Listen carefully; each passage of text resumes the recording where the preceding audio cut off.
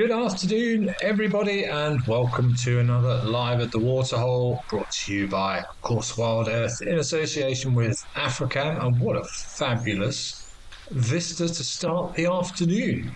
We're at Oldonyo in Kenya. My name is Ben Coley. I'll be with you for the next 2 hours.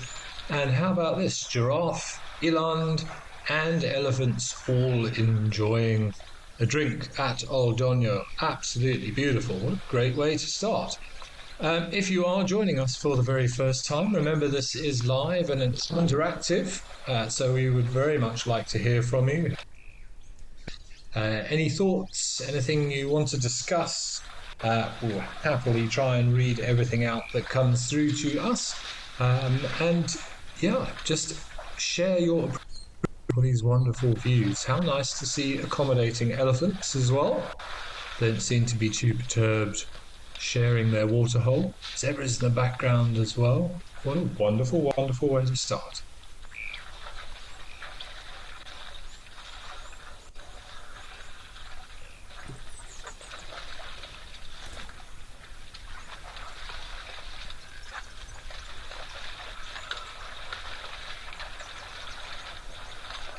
Really nice to see some eland, particularly that nice big male on the right as well. You can see the darker colour and the much stronger build that he's got, that great big dewlap flopping around in front of him as he walks.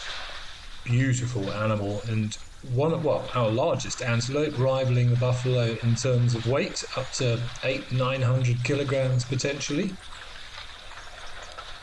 And of course, yesterday was World Elephant Day, so we should take a moment to respect these three gentle giants who are being particularly gentle at the moment, has to be said. A little shake of the head from the youngster on the right, just to clear a little bit of space.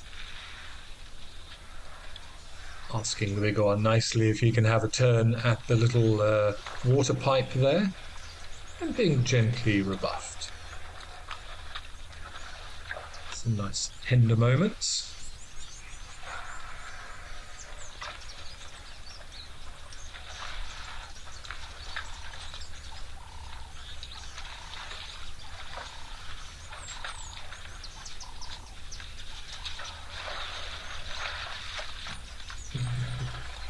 A gentle little argument going on between the two of them.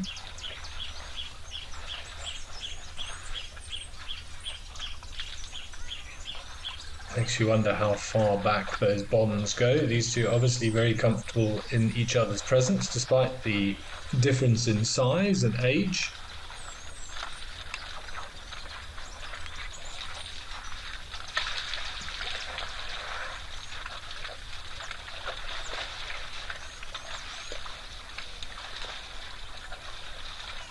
Take a look at this beautiful view of this male eland. What a creature. Something we don't see very often down in these parts in the Lowveld. I have seen a few in Kruger. I've seen some on the top of the escarpment, just outside Hoedspruit as well, but not something you expect to see driving through the park. Generally speaking, the further north you go, the better the chances of finding some eland, but I did go right up into the Pafuri region a couple of weeks ago. Drove in from Palabora all the way up almost to Pafuri Gate, which is about 250 kilometres up through the park, and came back 4 or 5 days later. But no eland for me on that trip, but I did see a small group of tessibi, which is something else you don't see very often in the park, but lots and lots of elephants, lots and lots of buffalo. And it was just really nice. I haven't been that far north in the park for a long time. Stopped off at the Pafuri Bridge for a little while, did some birding. No sign of the Pel's fishing owl, but unsurprising at the time that I was there. But I did, on the way back, get my lemon-breasted canary, which is a bird that I've been looking for a very long time. So that was a lifer for me, which I was very chuffed about. Made the trip most definitely worthwhile.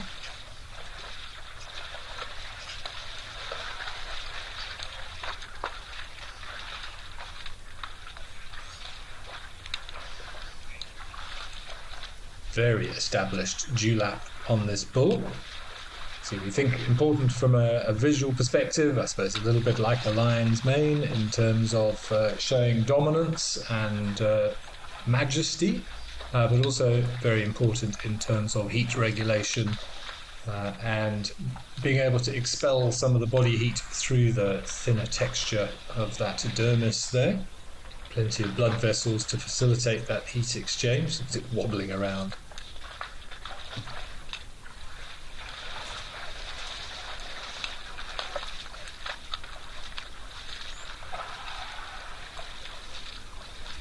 And just an inkling of dewlap on these females, a little tufty hair. I've never really noticed that before.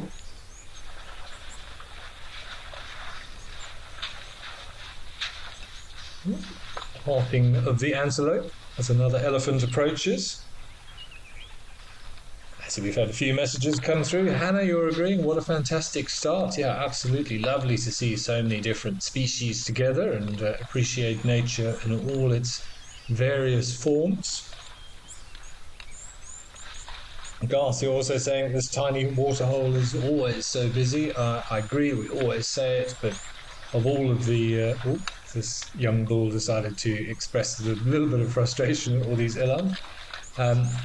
It is always the most productive camera that we've got here. Constant stream of animals coming down to enjoy here up at Old Donyo. Greetings, Ari, as well, from the Netherlands. Glad you could make it. And good afternoon to you, Sandy, as well. Glad you're looking forward to the show. And so, what a great way to start. Jamie, you're saying interesting horns. Yes, they've got those beautiful sort of spiral horns there. Within the same tribe of antelopes, antelopes get divided up into tribes according to their taxonomical categorization. And these are all part of the Tragelaphini tribe, which are the spiral-horned antelopes, including kudus and inyalas and bushbuck. But a very, say, a sort of appealing corkscrew shape that they've got.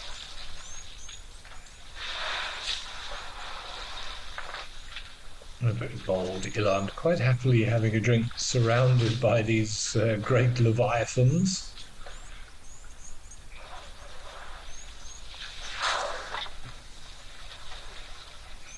Julian, you're asking if these animals, the different species of animals, can understand each other. I assume you're referring to the different species.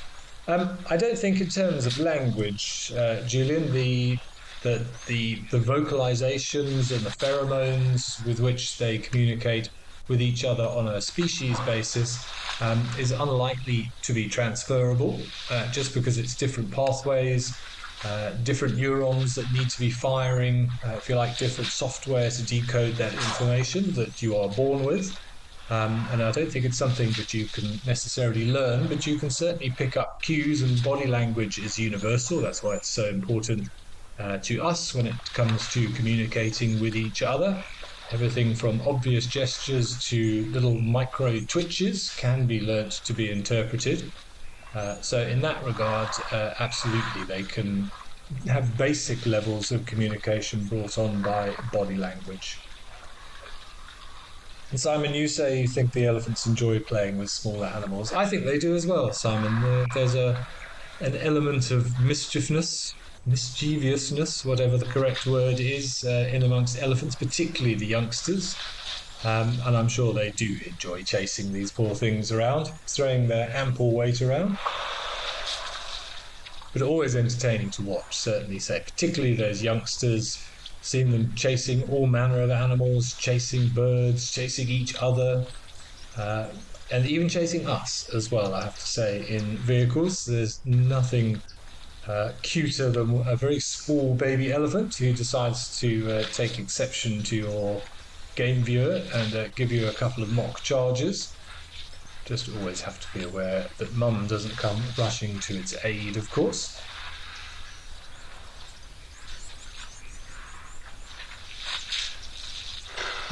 Gymnastics from the one at the back.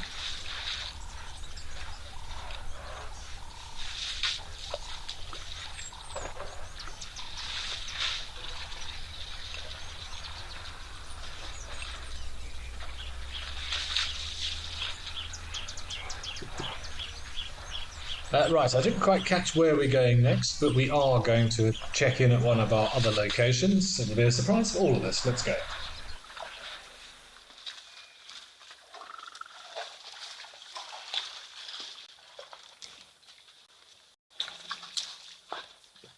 Down to the Sabi Sands and to Coral Bush Lodge and a beautiful dazzle of zebra and also enjoying a drink. Of course, this is what we normally expect to see this time of the day. It is beginning to warm up slightly. I think we are slowly moving into spring now. You can tell that the temperatures in the evenings are not quite as bitter as they were a few weeks ago. And actually, last night, for the first time in months, we had a chorus of fiery necked nightjars calling outside, a surefire suggestion that the seasons are turning. Starting to hear new birds. See the lesser striped swallows have returned, which is normal for them. They normally come back sometime in August. Been seeing more and more of those soaring through the sky as well.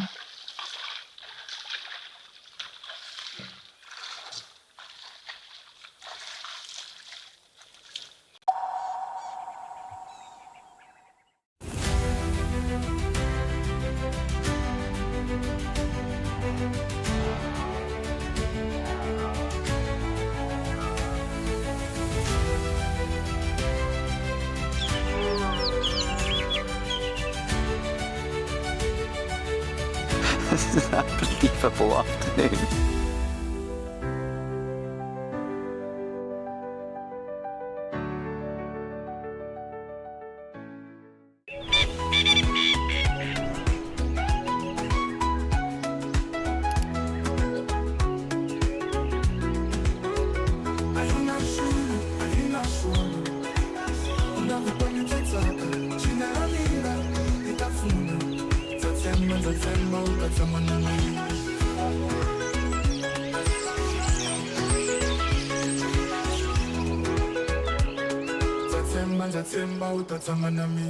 My full name is Mpomu Tikani. Best part of my job is coming to see nature. Worst part of my job is logging. That's the worst thing ever, because you have to log amount of footage. You sit in front of that computer and yeah, you think of deleting the footage, but no, they need the footage. If I want a camel, probably a soccer player. I know some people don't believe me, but I'm very good, I'm very fast. And that's it for this morning's drive. She's just got her Impala, everybody.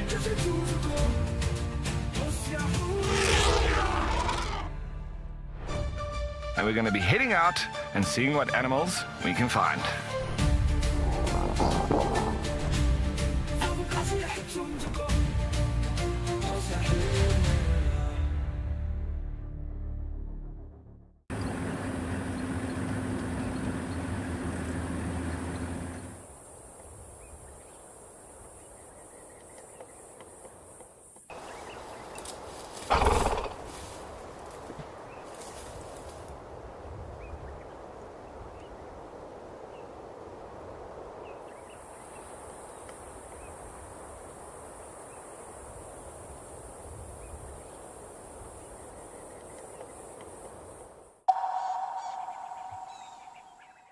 Bulging out of the skin on the back of the ears, very, very close to the surface, cools down that blood and then circulates that blood around the rest of the body, which is then insulated by the very thick skin and the subcutaneous layers to help keep the animal cool.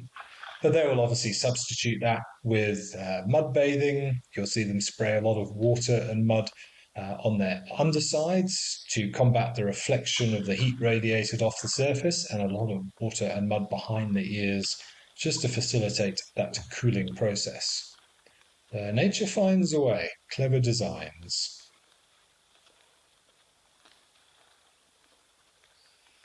Zebras, giraffes, all of these animals with patterning do similar things. The darker skin helps to release heat or potentially absorb heat, depending on the situation, and the lighter fur has the adverse effect and causes a reflection. Those two different air pressures then mix, cause a convection current, and create little sort of micro eddies of air across the surface, if you like, creating their own wind, which then helps to cool the blood just underneath the surface of the skin. Zebras as well have a very fatty subcutaneous layer to help insulate them, because they do have no issues standing out in the direct sunlight, even in the height of summer.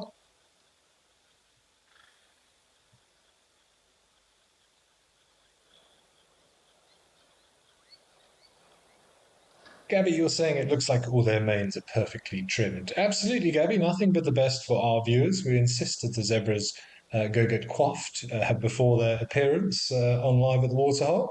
But I agree, they're always very, very well maintained, with all of them still nicely erect, suggesting that these zebras are all in pretty good condition. It will droop if the zebra is losing condition, eating into its fat reserves that holds those manes in an upright position. So if they've got any sort of bacterial infection or intestinal problems, unable to extract sufficient nutrients from what they're eating, they'll start to absorb that fatty layer, and that will cause the mane to sag to one side.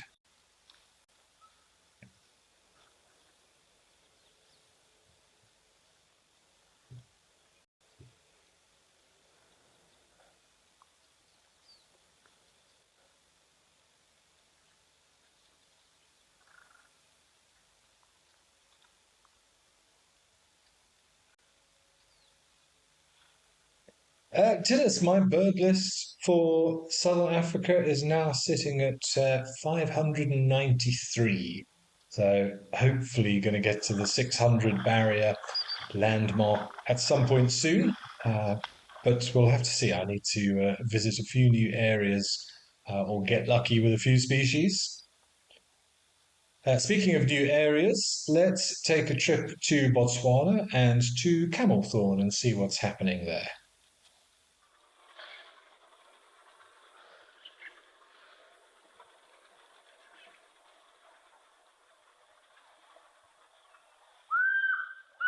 Oh, look at that beautiful elephant having a lovely dust bath. Oh, listen to that. Beautiful sounds of the fish eagle.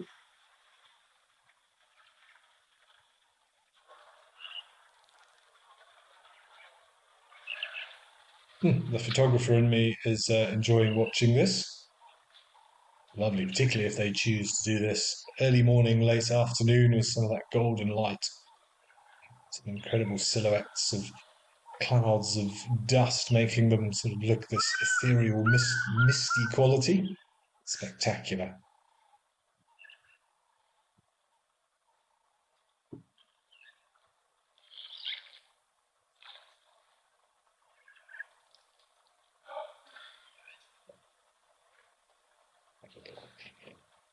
Dug himself quite a hole here by the look of it. I thought for a minute he'd maybe dug down there for some fresher water, but I see no evidence of damp soil. I think they've just decided that this is an excellent spot for some of that nice, loose, fine soil.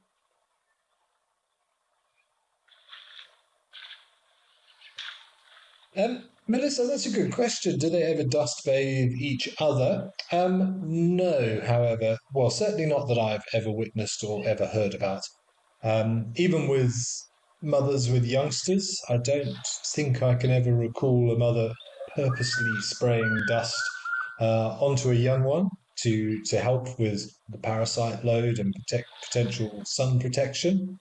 Um, but having said that, I'm just thinking because obviously a youngster would not have the coordination to be able to accurately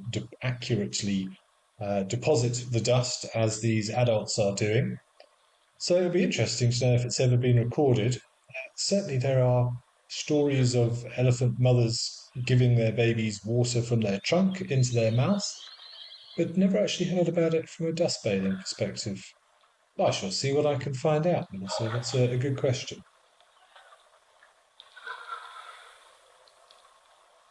You think of the coordination to be able to dig the hole in the first place. Look at the way he's manipulating the trunk and just cupping a big trunk full of dust, and just watch how accurately it's placed. Very little of it goes to waste other than that caused by the wind.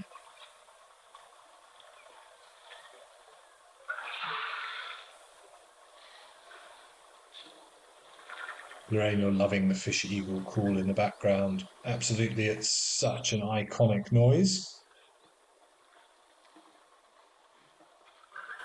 Oh, a little bit of dust in the eye.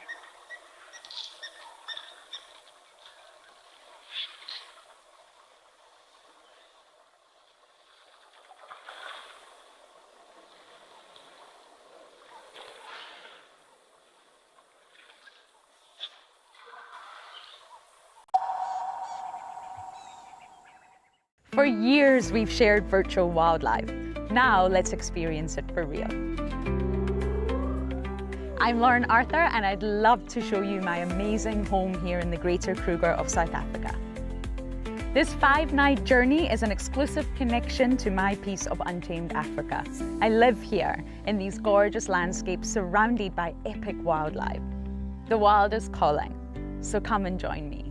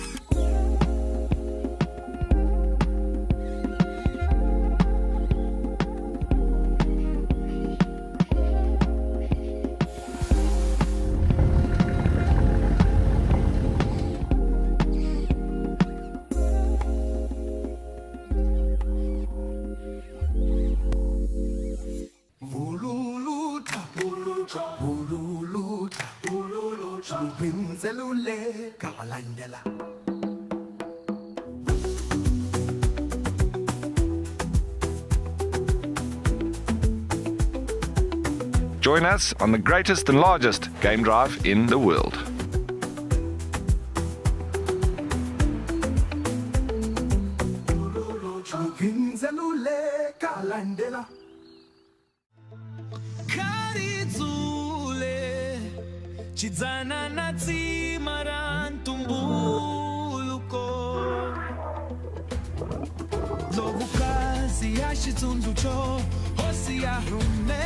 How cool is this?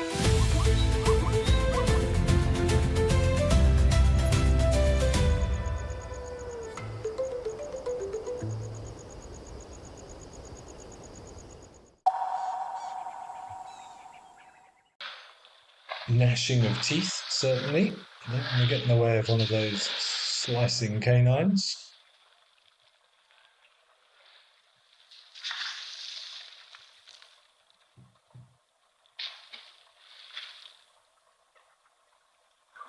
Sidashwa, you're saying you love the elephant show. Yes, we've had a lot of elephants everywhere so far this morning, but always good to spend time with some other animals as well. So particularly enjoyed the eland up at Oldonia earlier, and lovely to check in on these hippos as well. Nice to see that little one up and about, but it's a nasty looking puncture wound on the shoulder. Speaking of nasty wounds, when I was in Kruger and actually posted a few photos of this the other day, I saw an old male giraffe and was looking at him from some distance when I first saw him and thought that something looked a bit odd, almost as if he had 2 ears. I remember that was my first impression. And then when we managed to get close, and we got very close to him, he came right up to the side of the road.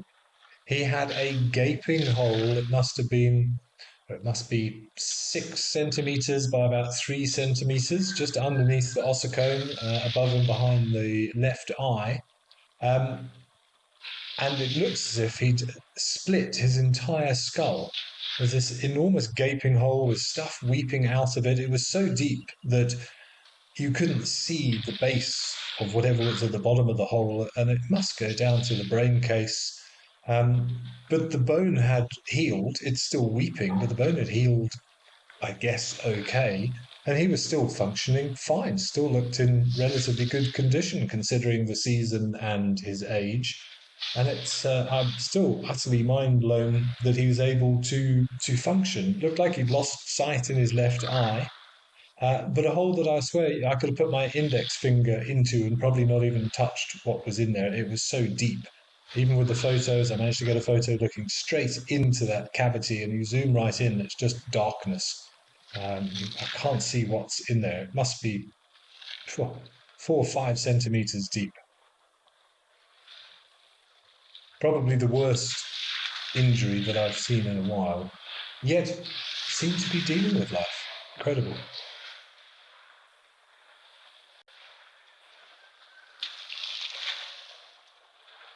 British adults just stepped in to mediate the little squabbles that were going on between these two.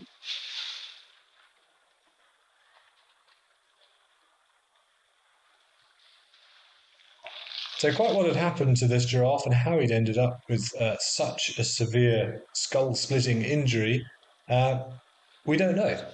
I've posed it to a few professionals within the industry, and the best answer that I've had back, which certainly sounds feasible, is that maybe during a necking incident, a fight with another male, when both were probably putting their absolute all into it and generating a huge amount of momentum and power swinging that neck, that perhaps the opponent dodged the way they often do, and he smacked his head against either a rock or a really solid piece of tree, hard enough and at the right angle to have split the skull open.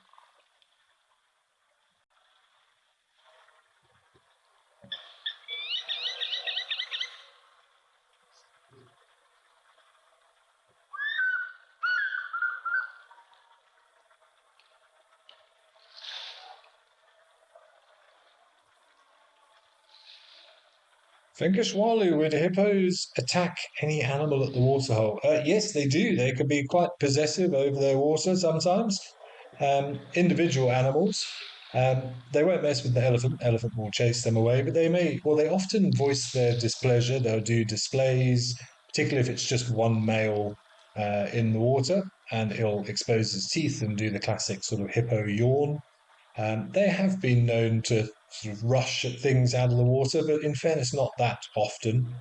So as I said, they'll often voice their displeasure rather than actually doing much about it. There's not much they can do if it's an elephant or a group of elephants or a big herd of buffalo or something that comes down. But particularly those individual males can sometimes get a bit protective of their water, and it's something that we also need to be aware of. If you are walking and you come across a hippo or hippos in the water, it's not advisable to just walk along the bank because you may well get rushed, and you certainly don't want to have a disagreement with a hippopotamus. There have been various reports of them attacking, well, predators and potential prey animals, not to the hippo, of course, exclusively eating grass, but attacking all animals that are in the water, whether that's out of frustration or instinct, outright aggression. I don't think anybody is quite sure. But there are also reports of hippos coming to the aid of animals that are under attack by crocodile, animals that have been stuck in the muds, and hippos have helped them and sort of ushered them back towards shore. So, what's going on in the mind of a hippo that we will probably never understand?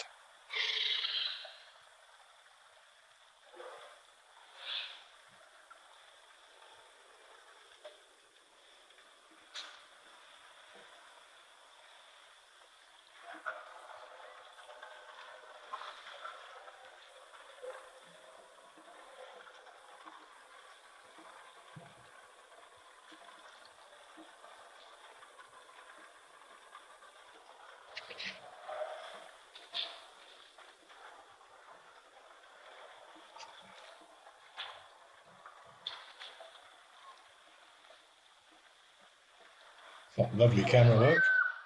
A line of zebras drinking with the elephants just drifting through the foreground. Oh, and the sound of a fish eagle to boot.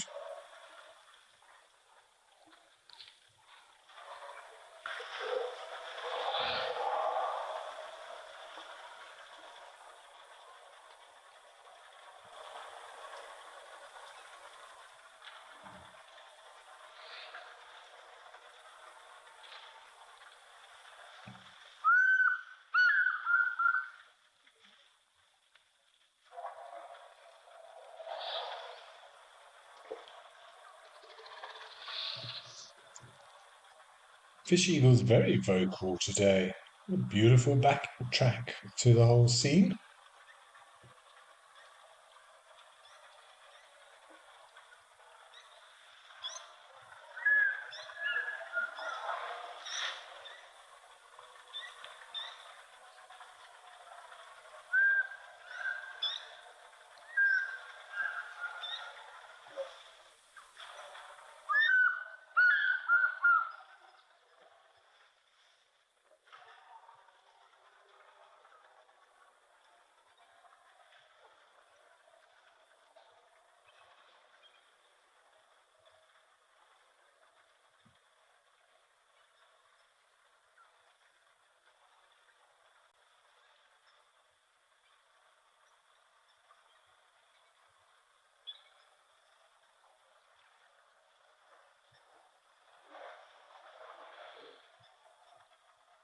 Samson, you're asking if all of the fish eagles calling means that they're looking for a mate. I think it's more likely to be territorial. I'm honestly not sure in terms of the specific times in Botswana, but normally here in South Africa, the breeding season is more through the winter months, as it is for most of our birds of prey here, just because visibility is easier for catching small mammals and potentially any reptiles. It's easier to see them, there's less vegetation, and obviously, from a fish eagle perspective, with less water, drier periods, easier to locate and to catch fish. So I'd have to check specifically in this area of Botswana, but I would imagine it's the same. So normally, I think what we're probably hearing is a territorial thing. Maybe it's one half of a pair, because as far as I know, they are monogamous. They mate for life. Who has lost the other one and is communicating to come back. They may well have chicks at the moment who are beginning to think about fledging. So it could be communication calls between adults and youngsters. I'll see if I can get anything concrete for Botswana in terms of dates.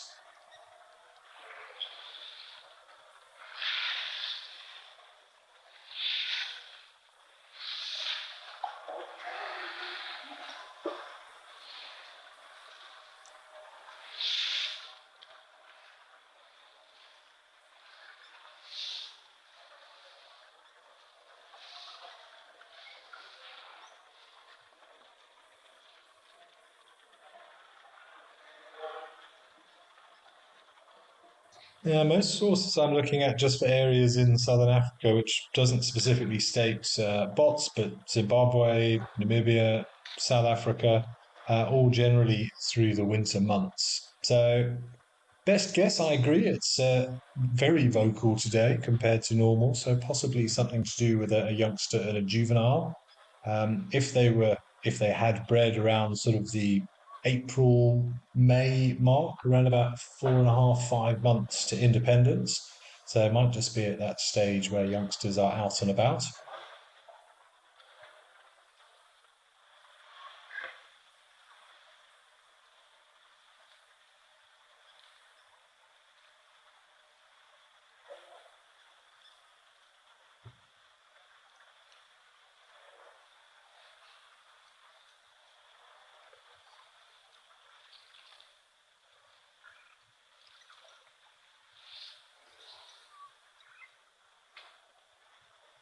Our first flight is normally about 2.5 months after hatching.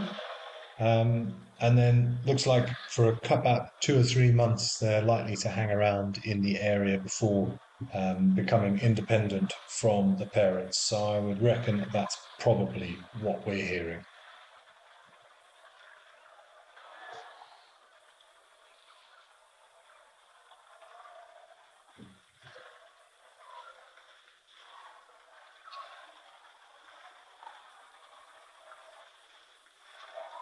All right, let's head across to Namibia and go and have a look at safari.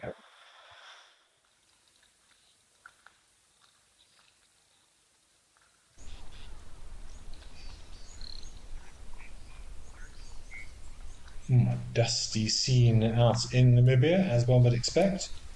It's an gemsbok, zebra, springbok, splitting giraffe, nice to see so many different animals frequenting the waterholes, but say unexpected this time of year with water being such an important resource.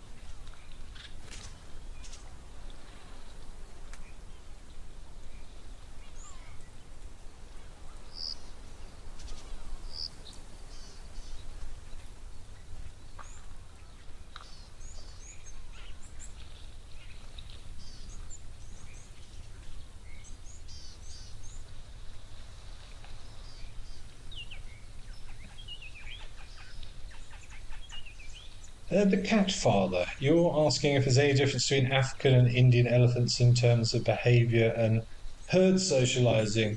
Cat father, I'm not 100% sure. I think, as far as I know, they're relatively similar. They both have a matriarchal society. I think the biggest difference comes with the fact that you get much larger groups, or a matriarch can have a much larger herd structure or herd that she is looking after, and general size of herds in African elephants is larger, probably just due to sheer numbers and available space to them. From what I know of Indian elephants, it's still a matriarchal system, but much smaller groups. But males are still relatively independent. They will join herds for breeding purposes. Young males will be ejected around about the similar sort of time from that natal herd. So I think in that regard, everything is relatively similar.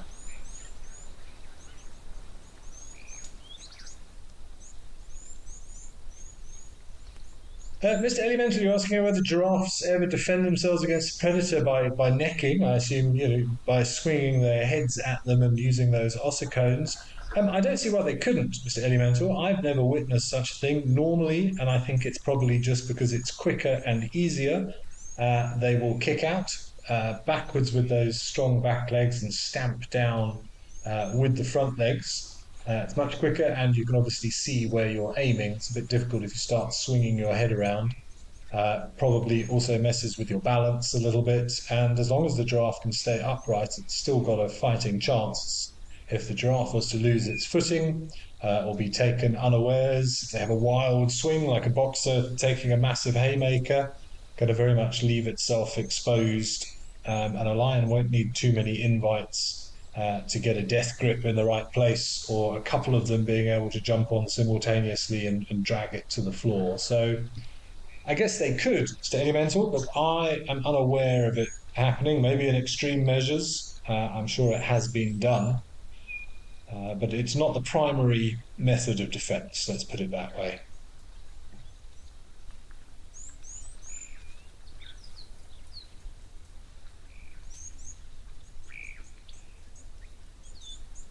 Some zoomies from the wildebeest.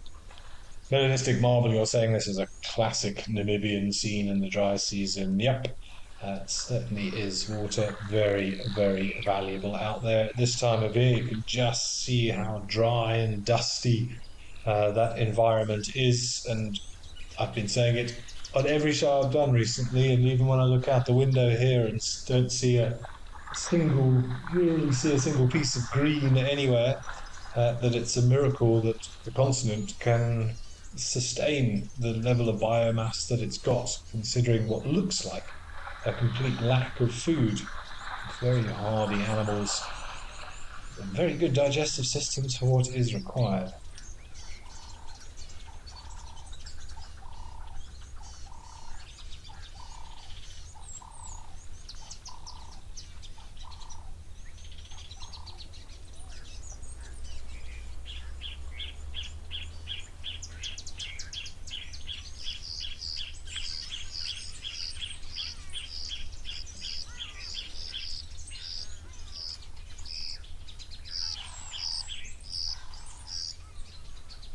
Zaza Jack, I'm glad you are enjoying the giraffe. Agree, incredibly majestic there's an awkward majesty about the giraffe, but so unique that they are somewhat mesmeric. You say, with those big, gentle eyes and calm nature. Absolutely, they do everything in slow motion, don't they, giraffes? And they do look very just pretty and doleful and soulful all at the same time. But say, don't be fooled. If you've never witnessed, or if you have ever witnessed, two male giraffes having a full-on confrontation, it can get vicious, and severe injuries can be handed out, from knocking out of the opponent to broken necks and all sorts of nasty injuries. So it's a big animal, you mustn't forget it.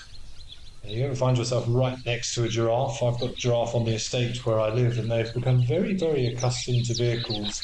I was in a roadblock with giraffes the other day, and at one point I had a giraffe standing probably no more than 2 meters in front of the car, and you really do appreciate just how big it is. I mean, I could have driven underneath it, probably not touched it, and it is a very strong, solid animal. And surprisingly flexible, as we can see.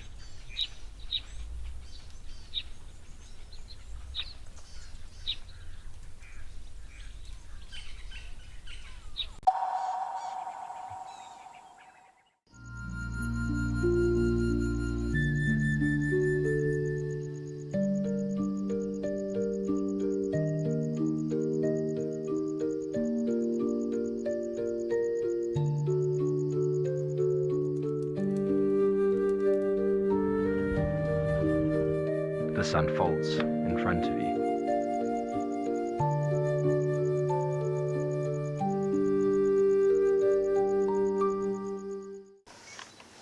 Even a hyena coming into the action as well now. Oh my word! She's stalking the hyena now. Leopard, hyena, lion, all together in one shot. Oh. Woo! This is action-packed.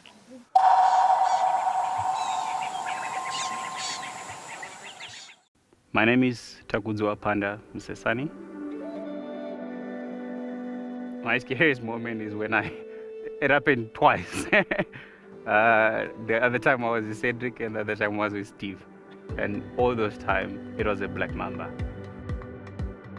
My favorite meal in camp is gonna be burger and chips.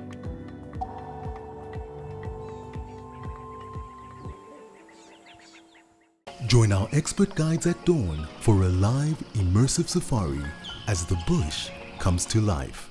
Found ourselves a chameleon, and look how he's changed color. Every sunrise brings new discoveries. Pound for pound, a leopard is one of the strongest cats around. Ask questions, share your thoughts, and connect with nature, live and in real time. Great excitement, great happiness. Start your day with adventure. Are you ready for the adventure of a lifetime? Wild Earth Travel's newsletter is your passport to a magical journey. Explore exclusive travel options featuring special offers at stunning Wild Earth locations, and all hosted by your favorite presenters. Don't miss out. Head over to our website and subscribe to the Wild Earth Travel newsletter today and stay in the know on all our unforgettable adventures. Wild Earth Travel, where Africa comes alive.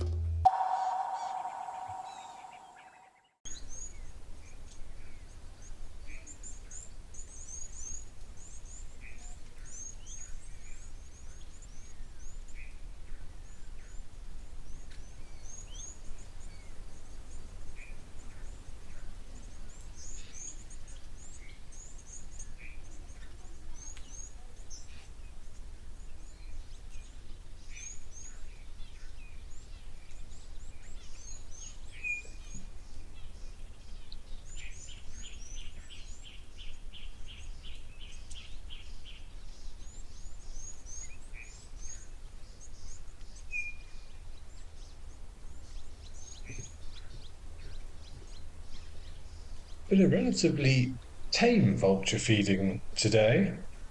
even if we are joining a little bit later than normal. Well, there's a little bit of chasing going on, a bit of dominance there, and a little bit of stealing of food, a bit of kleptoparasitism.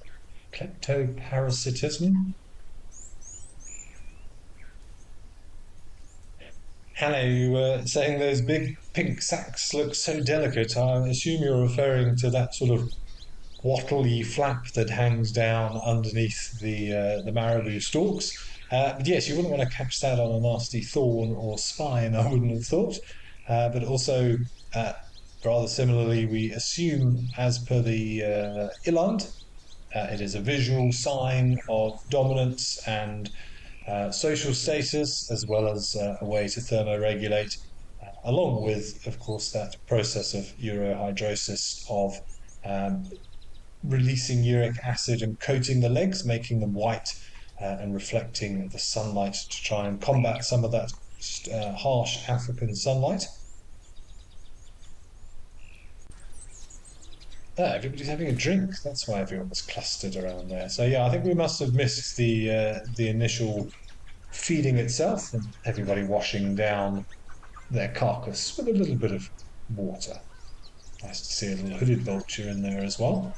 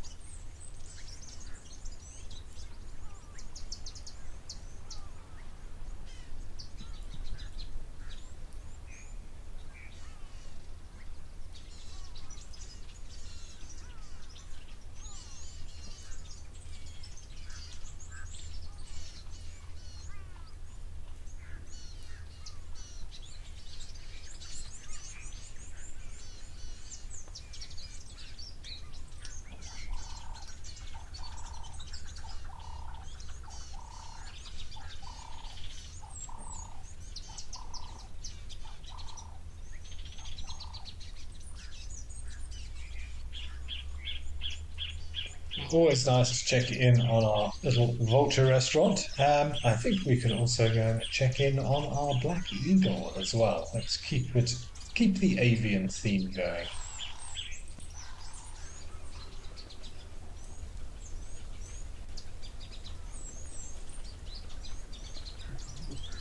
And parents there as well. Oh, they've got some food.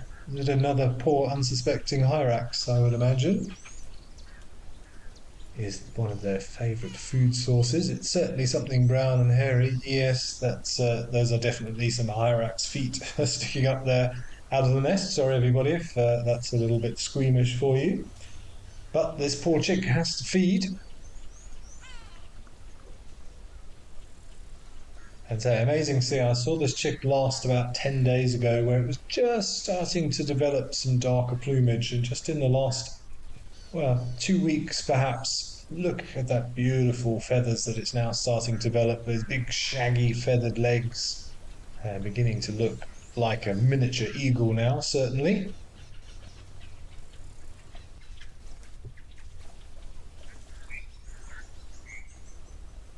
Ooh, don't step back too far. We're going to, very accommodating. As if you are going to be staying in that nest for a few months. It's good to eject one's waste. As you can see, sometimes aimed in different directions, such as the splattering all across the rock ledge there.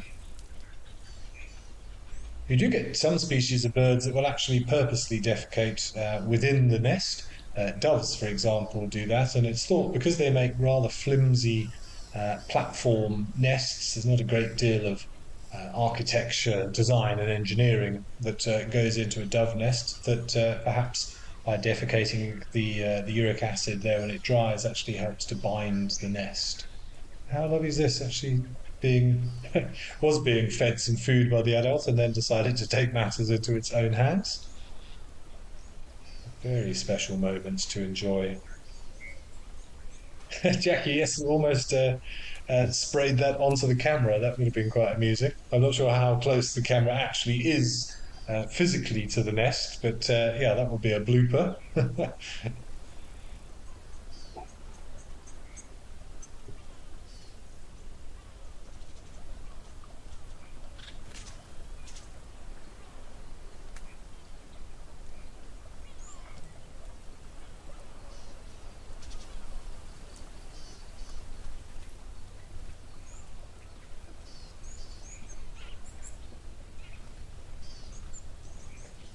Dina, as far as I know, yes, that's quite normal. With a big mouthful that went down. Quite normal for them to defecate over the edge of the nest. I'm sure they catch the edge of it sometimes, but it's just really for hygiene purposes. They're not going to go and build another nest. If you look at the sheer size and magnitude of this, it's quite normal for birds to defecate over the edge or outside of the nest. We see it in some hole nesting birds as well, like what definitely do it. I think hoopoes do it, and then in a lot of other species, the deposit is actually contained within a sac. We call it a fecal sac. So they almost produce, I call it solid stool, but it's a parcel of uric acid, which is then gathered up by the adults and removed from the nest.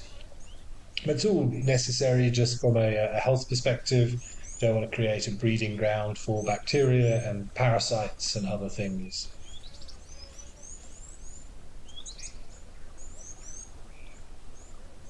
But this is amazing to be able to see an adult Varro's eagle feeding its chick.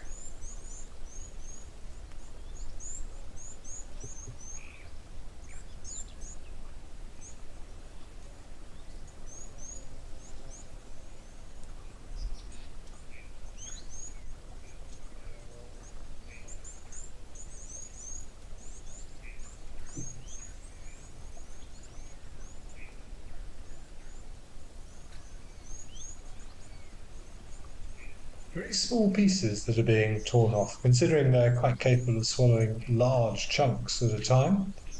Maybe something to do with the fact that the stomach is not yet fully developed.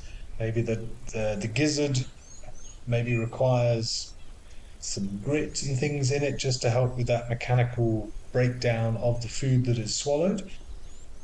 So it might just be, again, the parents' way of ensuring that nothing goes to waste. Smaller pieces more easily absorbed.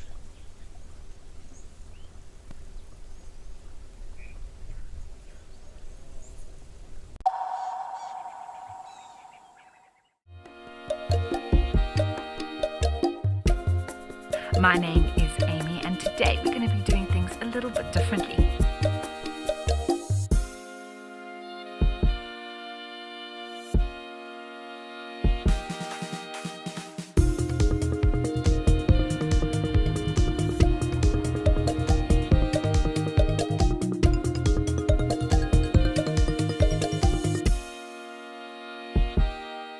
At Wild Earth, we believe every story has the power to create change.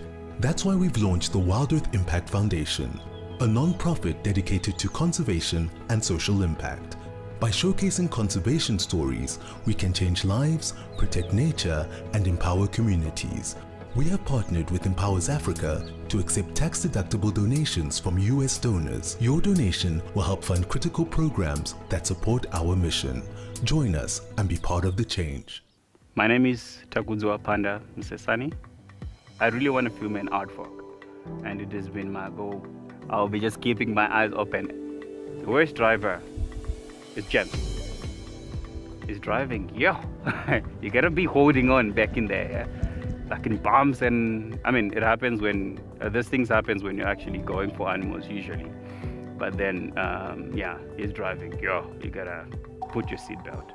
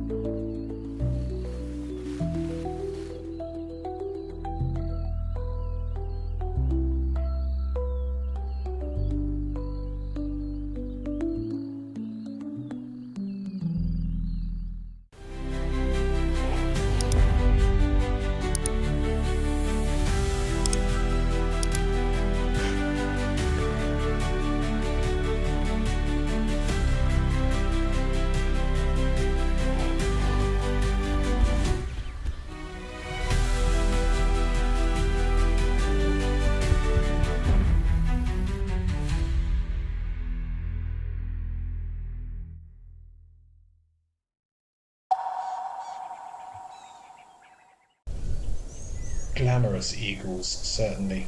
This, the Marshall, which I also saw in Kruger the other day, which I was very happy to see, and the crowned eagle, which I'm lucky enough to see sometimes where I stay. We often hear them circling above, doing that very characteristic sort of whooping sort of whistle that they create.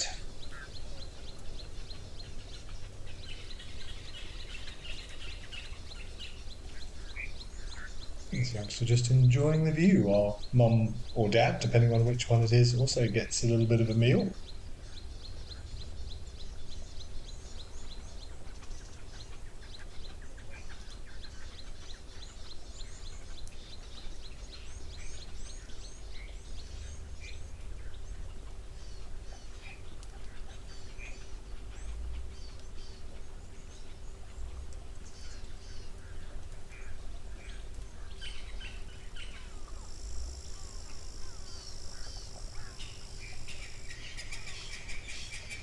Just thinking it's unusual for a young bird to be just sort of tolerating sitting there not getting fed. They're normally voracious eaters, always hungry, and he seemed to be quite happy just admiring the view whilst the adult was feeding, but trying to take a little piece. And got a bit of what looked like fur. I wonder if the adult said, "Nope, you can have the rubbishy bits now."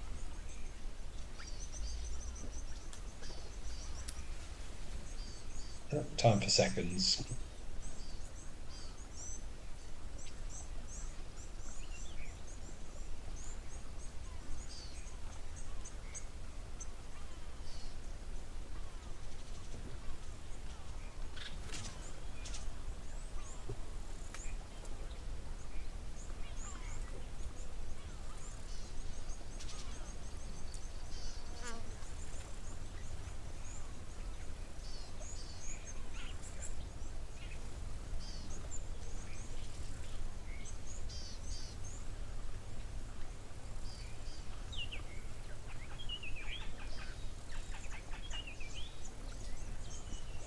Okay, well that was really spectacular. I'm very glad we checked in, and how great to see this little one getting a meal.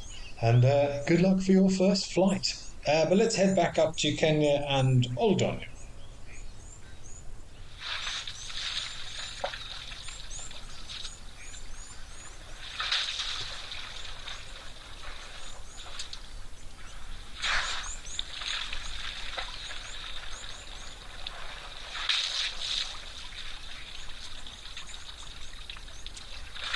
Jazani asking whether those eagles lay 1 or 2 eggs. In almost all raptors, Jazana, they will lay 2 eggs, but with quite a bit of a gap between them, and the second one almost never survives.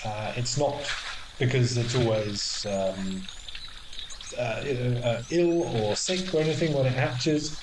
Unfortunately, and it's a bit harsh, but it's nature's way to ensure survival of at least one.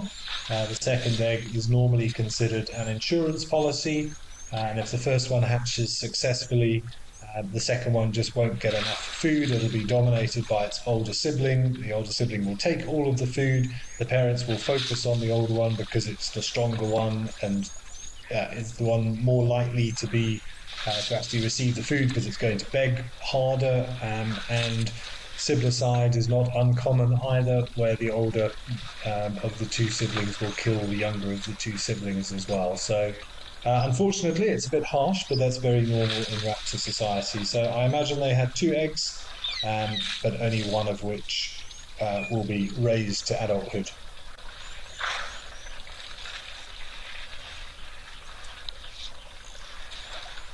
Eagle Lover, you were saying that the previous black eagle pair, I assume the ones that we watched a little while ago, Rue de France, fed on guinea fowl, scrub hare and dussies, and that this pair seems to prefer dussies. Yeah, interesting. I mean, that they are specialist dussie or rock hyrax hunters, but they do also eat other things, certainly. But I imagine, and I'm just postulating here, that each individual has grown up learning how to hunt, be it from parents or more likely just through experience, has had more success with a certain type of species, and therefore that's the one it goes to with more consistency. It would also probably have something to do with vegetation cover for taking things like scrub hairs. It will be harder, I'd have thought, during the summer with more of a grassy layer.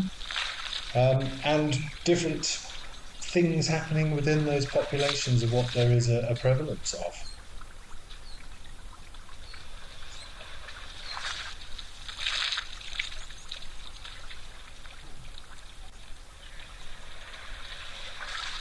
Jason, you're asking why would elephants ever venture far from water? It's a good question, Jason. But there's a lot of elephants and they need a lot of food. So they do travel quite far and wide to find sufficient resource for them and for the herd, particularly if it's in big groups. And so sometimes of the year it might be that where the permanent water is, there's very, very minimal or poor feeding, and the matriarchs, through knowledge of many, many years of having to live in these environmental conditions, know where the feeding is better, and justifies that it's worth a bit of a migration to go and get some good energy sources. Males are also sort of more programmed to wander than breeding herds. Don't forget they've also got youngsters, so they don't want to undertake massive journeys and put those little ones under too much stress if they don't have to. But males will also wander and hone in on pheromones of estrusing females, of the rumbles of females who are trying to attract males, and that can be heard from many, many kilometres away, and the male will often get distracted and hone in on that position.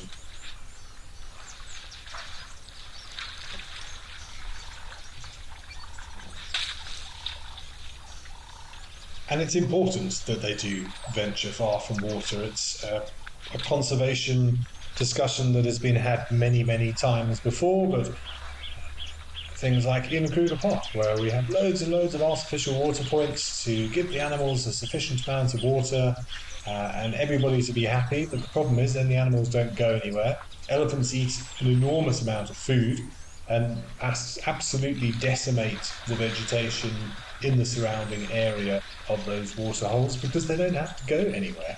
And that in itself can have a lead-on effect to other biodiversity in the area and even soil erosion and the ability of the plant life to regenerate itself after getting hammered. So that's why many waterholes were closed quite a few years ago, to try and incite a more natural migration, particularly of elephants, but of all animals, because we can't blame everything on the elephant. Any animal that's got a constant water source is going to rather prefer to stay close to it if it has everything it needs.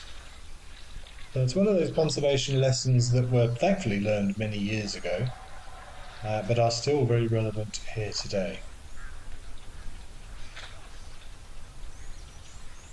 Beautiful views against that cloudy backdrop of this big bull and his floppy ear.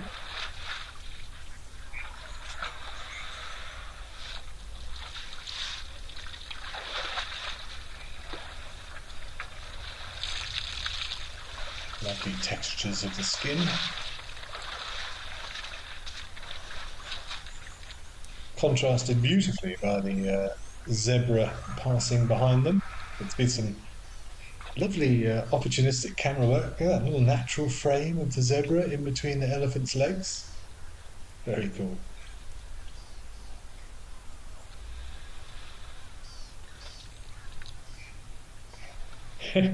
Delia was saying he looks like his ears were trimmed into a sharp bob.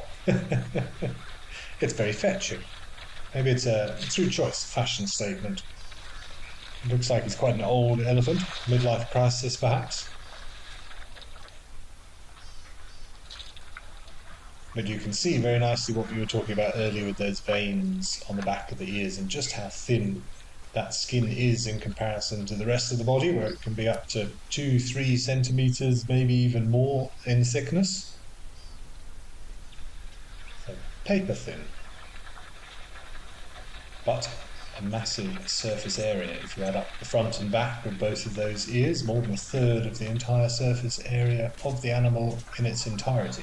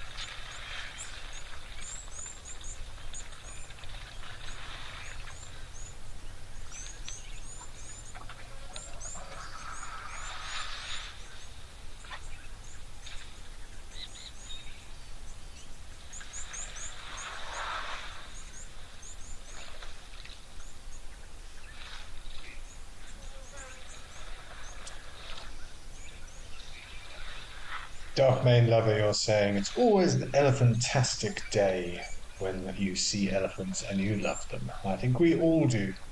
Always beautiful to catch up with these big boys, particularly here at Oldonio. Love watching their little interactions. But I think let's head down to Tembe for the first time today and see what is afoot down there.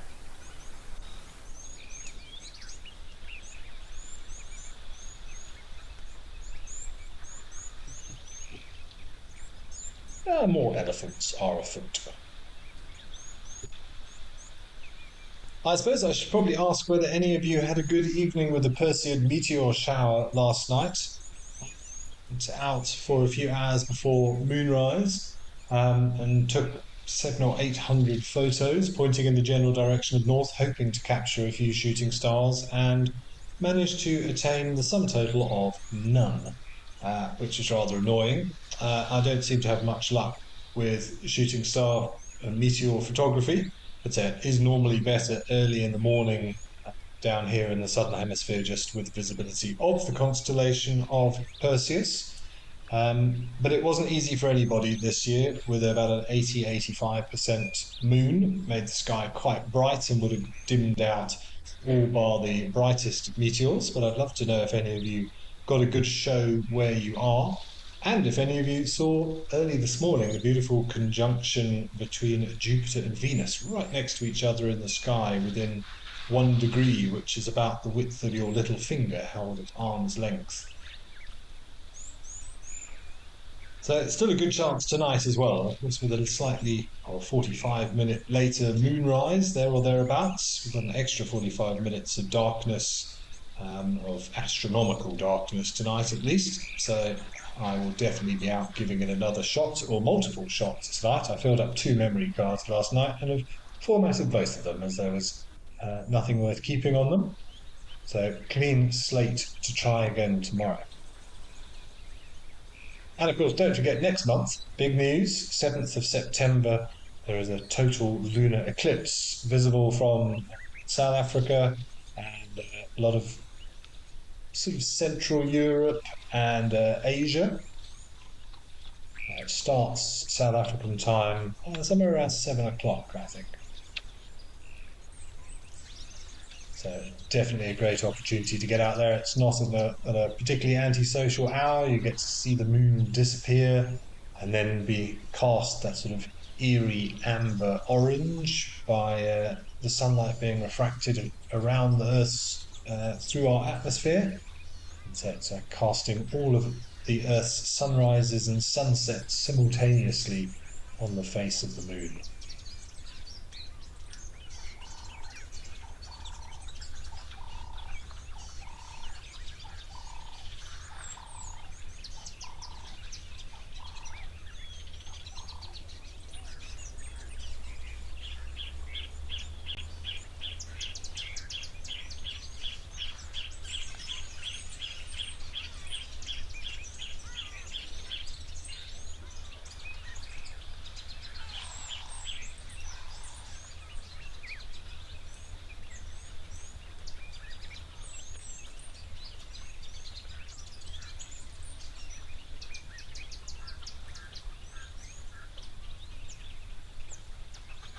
Moonbeam Smith, you say you can't see the sky here due to wildfires and forest fires and all the smoke. I'm not sure where you are exactly, Moonbeam Smith, but I'm sorry to hear that.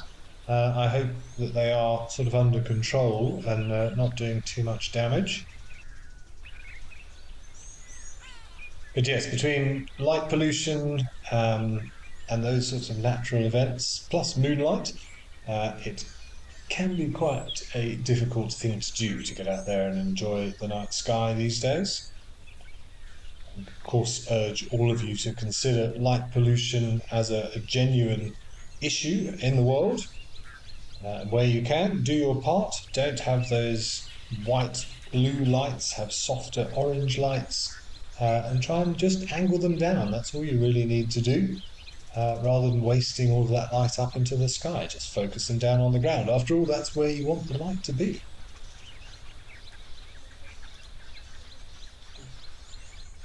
Oh, hello, woolly-necked storks, and Egyptian goose.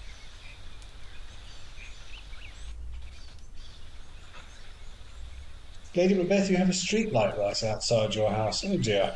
Well, that's what rocks and catapults are for, Lady Macbeth. Not that I said that out loud. But no, it's always that. It's always a debate. We need light in the evenings for safety, for various reasons, of course. But as I said, there are ways of doing it. We don't have to have that bright sort of halogen white light, and there is absolutely no need to have the light going upwards at all. We just shelter it down towards the ground, or have lights on timers, motion sensors. It does make a big difference. Just for mental health and well-being, not to mention the knock-on effect to the natural world and to insects and to migrating things, poor little dung beetles trying to navigate in the evenings, turtles, sea turtles going in the wrong direction instead of out to sea, heading towards population centres inland. So many examples of nature suffering in light of light pollution.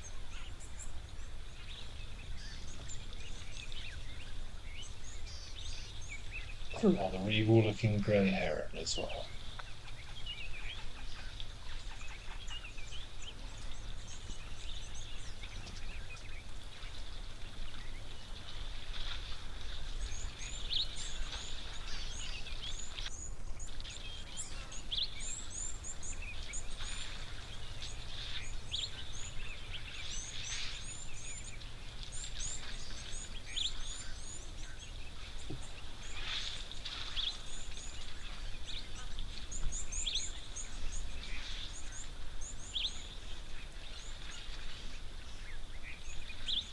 Josie, you're excited for the blood moon. Absolutely, yeah, it should be a good one. Let's just hope for cloudless skies on the 7th of September. Lots of stories in particularly African star lore and culture about the moon being attacked by some sort of celestial lion. In South America, to the Incans, it was being attacked by a jaguar. It's by a dragon in Chinese culture. But as the moon sort of disappears during an eclipse, and then when it is cast that sort of eerie orangey red glow that was perceived as the blood of the moon after the attack, and then manages to regenerate itself as the eclipse subsides. So the moon often associated with, almost always in all cultures, associated with rebirth and reincarnation and new life, with its constant cycle through the phases each month. Now, Catfather, no, the meteor shower was supposedly peaking last night, but tonight is also a really good night for it as well. It generally peaks around the 11th, 12th, 13th of August each year, but it could span over a week either side of that. So I have been seeing quite a few meteors over the last few weeks. There were a couple of other smaller showers about 2 weeks ago, so it's hard to know which meteors are associated with which shower, and there still will be random events in and amongst those as well. But for the next probably 4 or 5 days, it's worth keeping an eye out up there. It's not... Oh, somebody got a fright. It's not always exactly the same. The Earth's path around the sun isn't absolutely identical each year, and you get years where there are lots and lots of meteors and years where showers aren't quite so extensive. Just depends on which part of that comet's debris trail, which is what the Earth is hitting when we have a meteor shower, that we pass through. Do we pass through the centre where it's at its most dense? Do we pass through more to sort of above or below the centre, or do we just graze it? So that's why it is slightly different each year, but does happen at the same time each year. Hannah, I don't think we see any behavioural changes with animals. Well, we don't see any behavioural changes in terms of meteor showers, and I don't think so particularly during eclipses of the moon. During solar eclipses, absolutely we do, but they are much, much shorter. The full eclipse is going to last about an hour and 20 minutes next month of when it is in the Earth's umbra, when it is completely eclipsed, and will be that orangey red colour. But a solar eclipse only lasts for a maximum of about 7.5 minutes, because that's when the the Earth basically sort of passes the moon's shadow and blocks out the sun, and the moon, being much smaller, has a much smaller shadow. But then we do see things change. Birds stop singing and animals become a bit restless and become a bit confused, but it's over relatively quickly, in that if you're in the path of totality, it's only going to be about 7.5 minutes, best case scenario.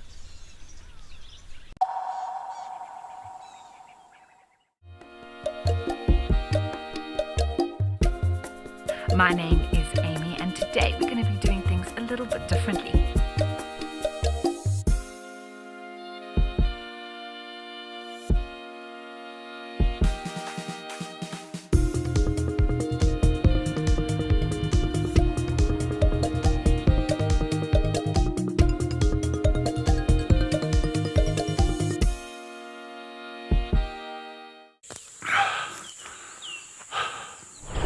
What does it take to handle the wild? Balance. Determination. Focus. Yaku!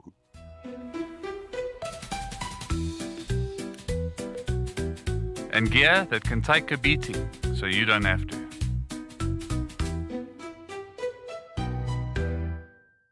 My full name is Maxine Gaines. Most people that know me really well call me Max. I'm a mum. I have 2 boys. One is 16 years old and one is 14 years old. I'm a very, very proud mama of my 2 boys. I've just always been passionate about leopards. I'm passionate about their conservation. I'm just passionate about everything to do with leopards. I love them.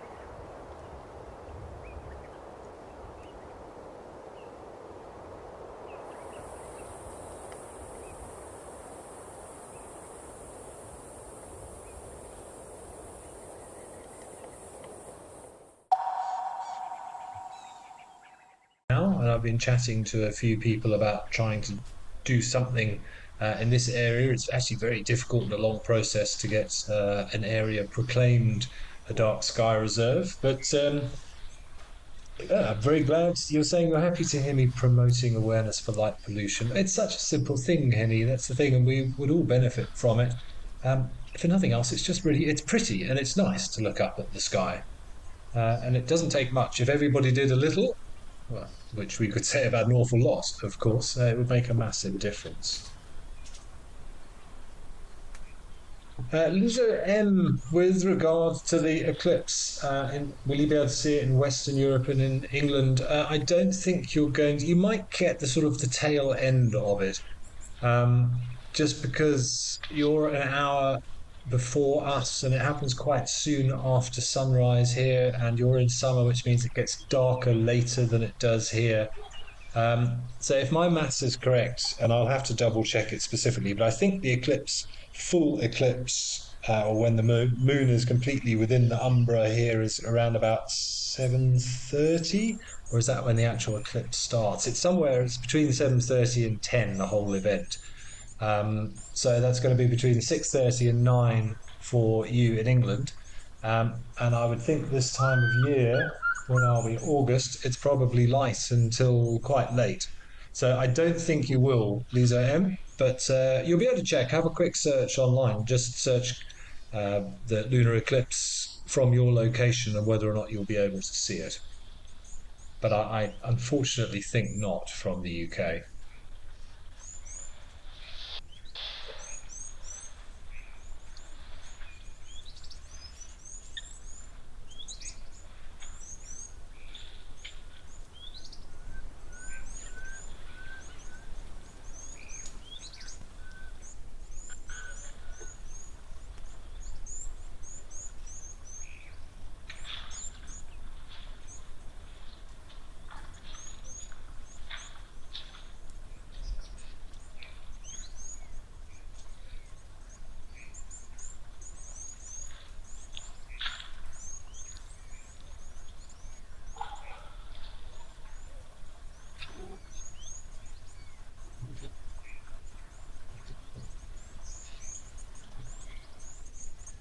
Tammy, you're saying you wish we could see the fish eagle. He's teasing us. Yes, lots and lots of calls today without a visual. Hopefully we'll find one sitting next to the water. I actually bumped into one, very close encounter with one actually down on the Blyder River a couple of days ago. I just went for a walk down there, came around a corner, and there was a juvenile fish eagle.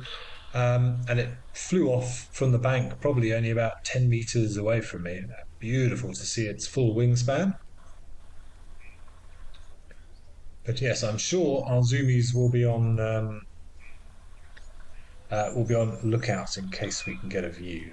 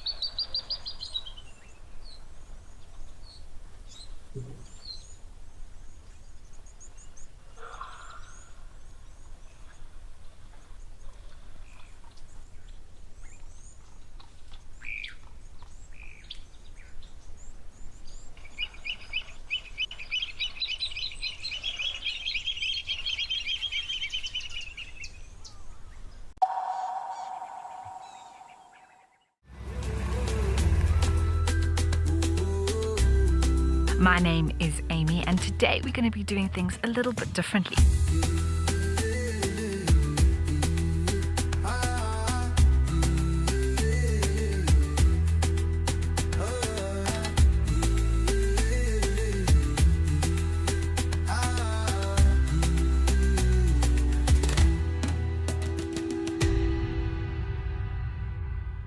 The Wild Earth Impact Foundation is a non-profit that uses the power of wildlife storytelling as a force for good. We create sustainable development projects that showcase conservation stories, empower people, and inspire environmental action. As a registered South African PBO, you can make a tax-deductible donation to the Wild Earth Impact Foundation. To find out more, visit our website. My full name is Maxine Gaines. Best part of the job, gosh, I just love everything about guiding. I love being able to observe animal behavior and animals behaving naturally. So for me, that's by far the best part of the job.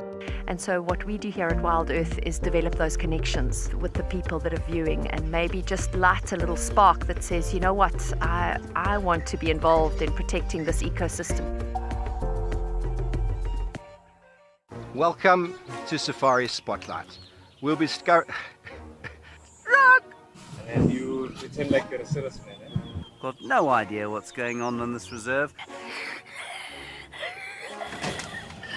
Expecting the unexpected. Are we stuck down there? What am I trying to do? Because we have another giant of Mabula. That was incredible. This is unbelievable. It's going to be a spectacular afternoon. Out here, every wild moment counts, and as a Wild Earth explorer, you won't miss a thing. Incredible. Watch the Wild Earth channel ad-free 24/7 and rewind if if you want to catch something again. Enjoy behind the scenes videos, fireside chats, and early access to travel offers. The best way to stay connected and be part of the Wild Earth family.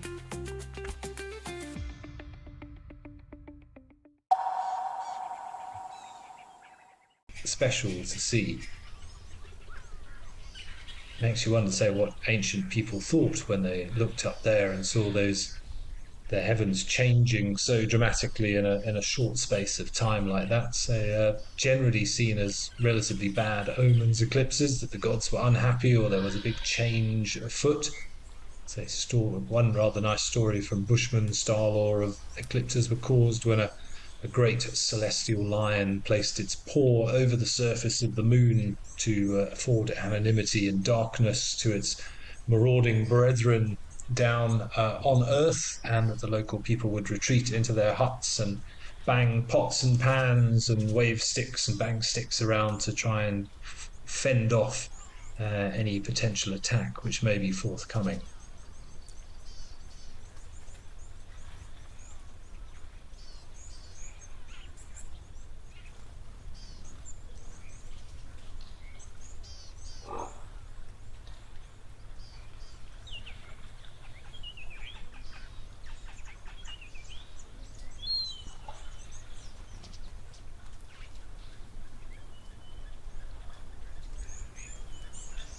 Graham, you're asking, do elephants lock their knees standing up? As far as I know, I'm not sure of the exact mechanism, Graham, but yes, I believe they do. The tendons are sort of locked into position. Whether there's a specific mechanism unique to the elephant, that I'm not sure about. I'll have to do some digging into some papers and things. I'm sure somebody's looked at the specific mechanisms involved. But they certainly do sleep standing up, and yes, they are able to lock their legs straight. Also, the positioning of the legs also help. They're like 4 pillars under the heaviest part of the body, so the weight is spread nice and evenly between them. But yes, there must be a method by which they lock everything off, but I'm not sure exactly the process.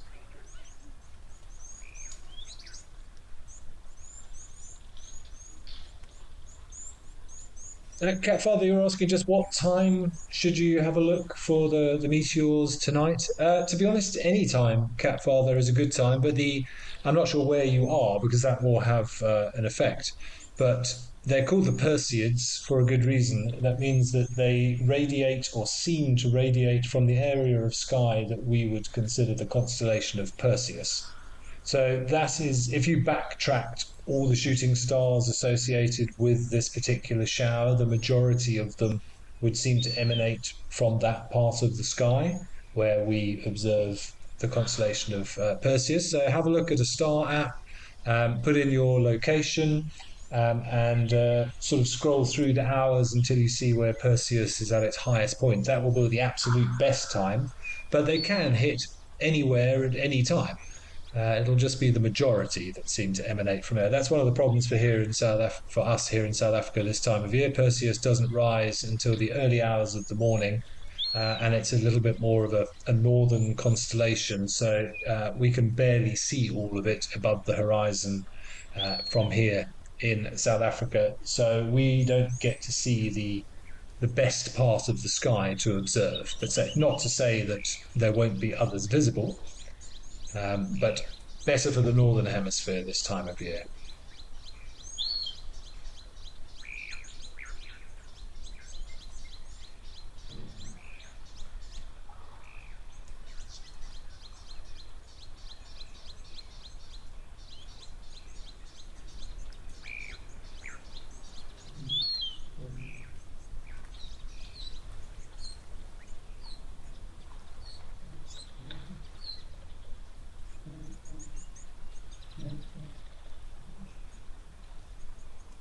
Dazzling display of zebras.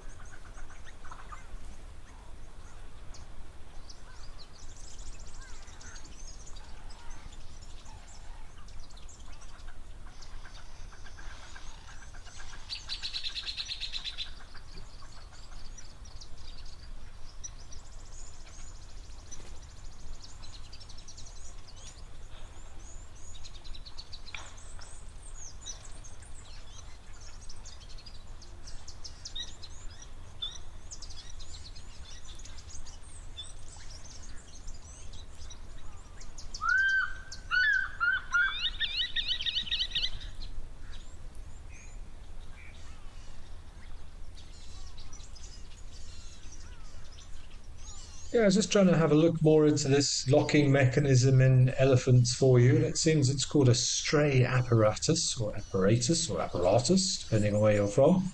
And it's just all to do with a combination of ligaments and the geometry of the joints. When everything's aligned perfectly, then the ligaments and the bones can take the majority of the weight, and the elephant doesn't have to worry about using any muscles, maybe just minute changes in response to any balance. But it's all to do with, say, the alignment of where the legs are under the body. Apparently it's the same principle in horses, and therefore I assume in zebras as well, just obviously modified to take the weight of a fully grown elephant. And yeah, all to do with tendons and ligaments.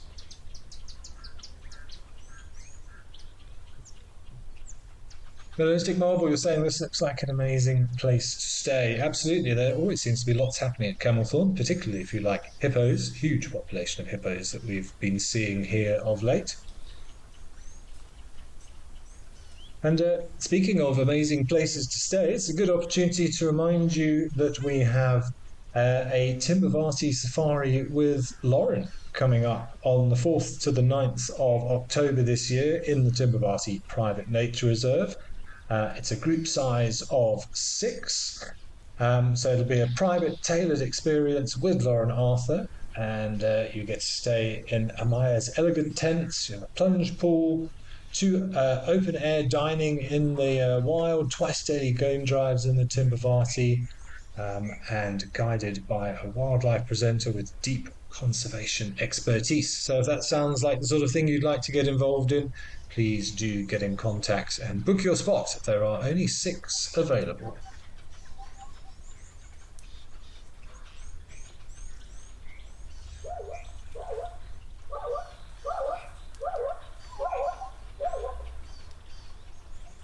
The zebra's trying to dam this little rivery dam, it seems, abreast from one another, spanning the whole thing. Interesting, they've chosen to do that almost as if they've institutionalized to lining up at the water's edge.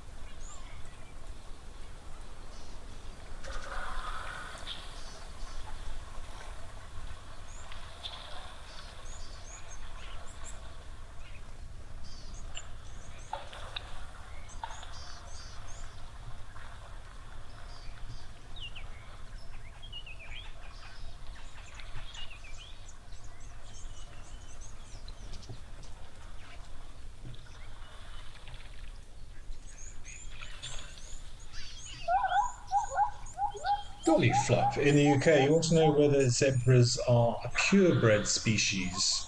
I'm not quite sure what you mean by a purebred species, but the whole genetics of all of these animals does get very confusing, and it changes regularly with genetic testing. So and there are 3 main species of zebra. There's plain zebra, there are mountain zebra, and there are Grevy's zebra. Grevy's have no subspecies.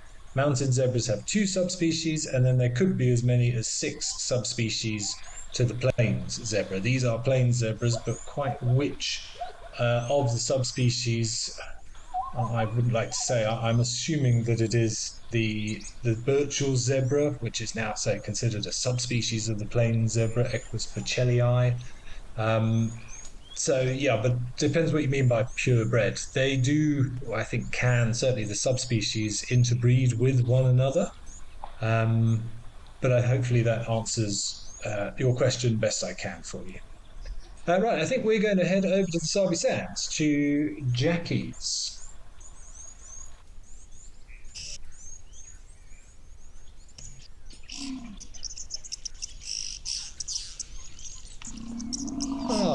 And some buffaloes. How lovely.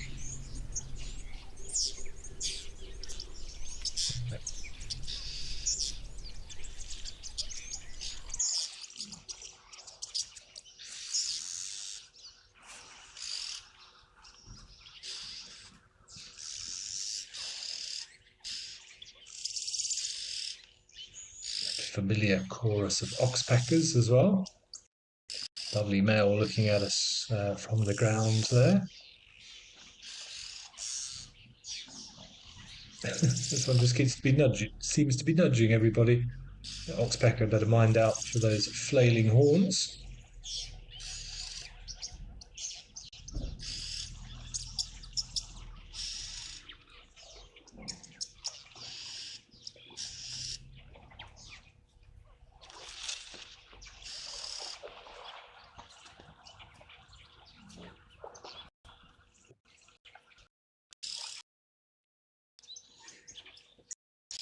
Looks like quite a few more in the shade of those trees at the back. A decent sized herd by the look of it.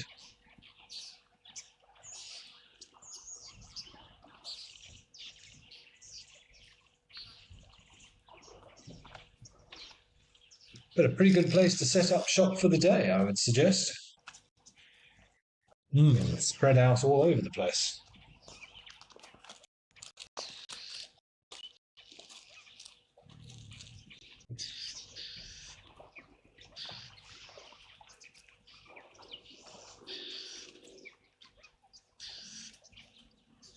Very much taken over the waterhole here at Jackie's Sabi house. A nice big bull. In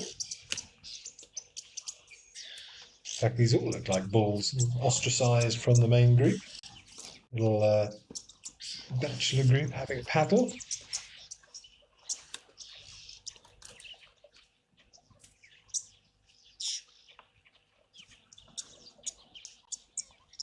Okay, I think we're also going to go and have a quick look. Was it Serendella? I'm not 100% sure. Let's go check it out.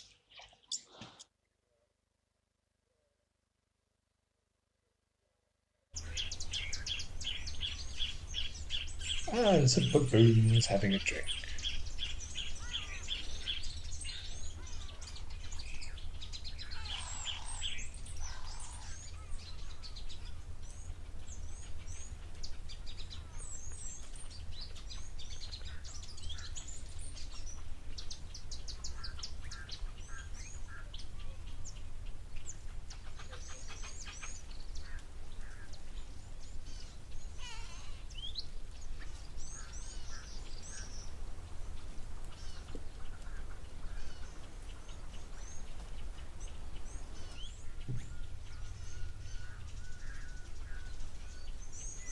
Looks like we might have missed the majority of the troop having a drink. It's a shame. Blacksmith left behind.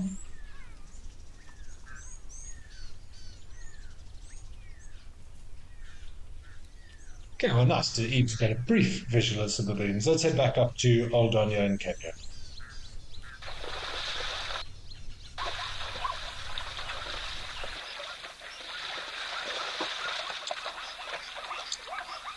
Oh, no elephants, but plenty of zebras and giraffe. Wildlife lady, you are indeed joining us rather late, and you hope you haven't missed too much. Well, you've missed lots, wildlife lady, as always, but what have you missed? You've missed various elephants, you've missed some eland, did we see Gemsbok in Namibia? I can't remember now. Just saw some baboons, had amazing views of our black eagle chick being fed a dussie that one of the parents had brought back to the nest. A little bit of the aftermath of vulture feeding at Vic Falls Safari Lodge, and some just really lovely visuals of lots and lots of different species congregated around the waterholes. Oh, the elephant says no, get out of the way.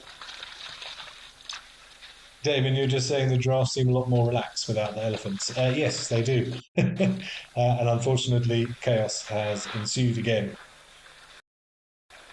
But say they often pluck up courage again after, especially if it's just one elephant.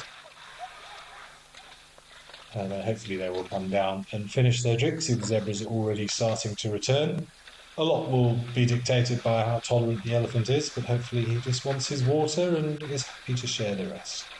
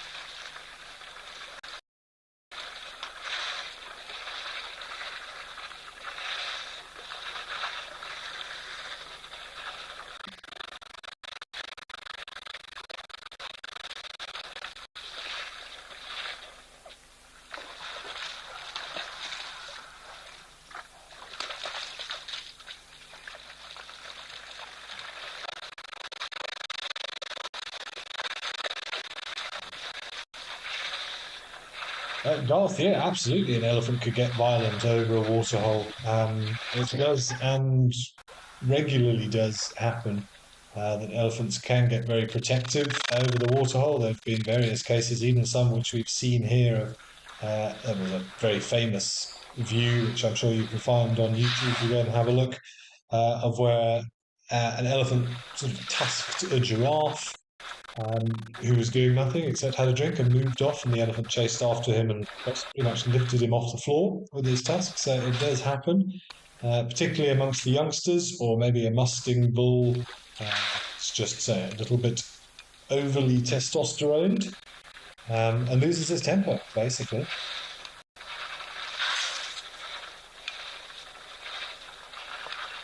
Nice to see Ilan coming in for a drink as well. But let's head back to Jack for a little bit.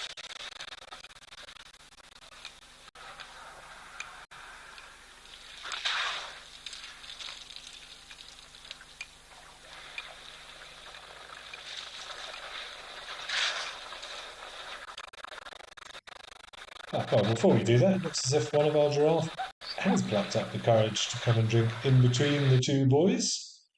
Good for you, Miss Giraffe. Oh, no, spoke too soon.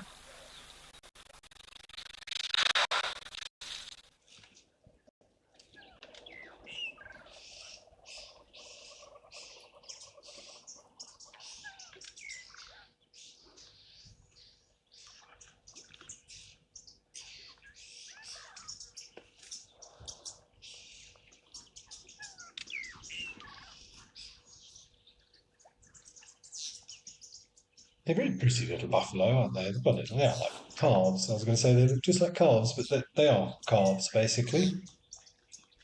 But nice to see so many youngsters around. They do breed pretty prolifically, and let's say they had to after the devastating effects of the rinderpest in the 1890s. I was actually reading up on that a little while ago, and it's amazing how quickly it spread. Started in northeastern Africa and only took a few years to get down to southern Africa, and had a devastating effect on livestock, cattle, donkeys, even buffalo, giraffe, warthogs, and various other animals. Of course, there was no natural immunity to that virus. It was brought in from Europe by the Europeans, and it spread so quickly due to just an unfortunate sort of sequence of events, really. It spread in close contact, so when animals congregate, for example, like this at a waterhole, and during those years, there were a couple of El Nino events, which meant it was a very dry few years, which forced more and more animals into smaller areas where they could get to water, and the virus just was passed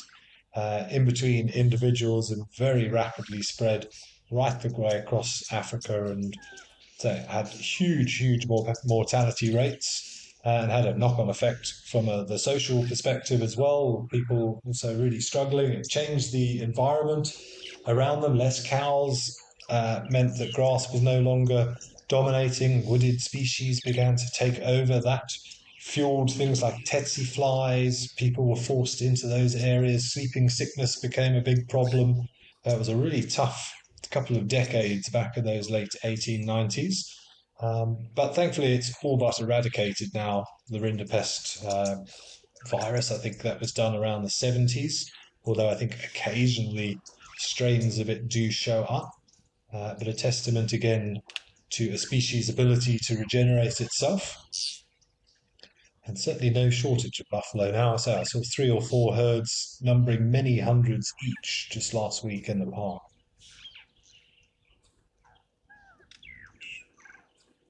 Sam, you were saying potential lion action. Absolutely. This evening, I would say there's a good chance, yeah, with the predator population in that area, almost a guarantee that lions are either trailing or are somewhere in close proximity to these herds. A big mobile buffet moving through the territories of different prides. So it might be an interesting evening in and around Jackie's Sabi house tonight. Sally B, no, I wouldn't say they're still feeling the effects of the rinderpest. It's long been all but eradicated, but the whole species, as far as I know, nearly became extinct 120 odd years ago. But they have done a very good job of regenerating their own numbers. Of course, they breed very, very quickly.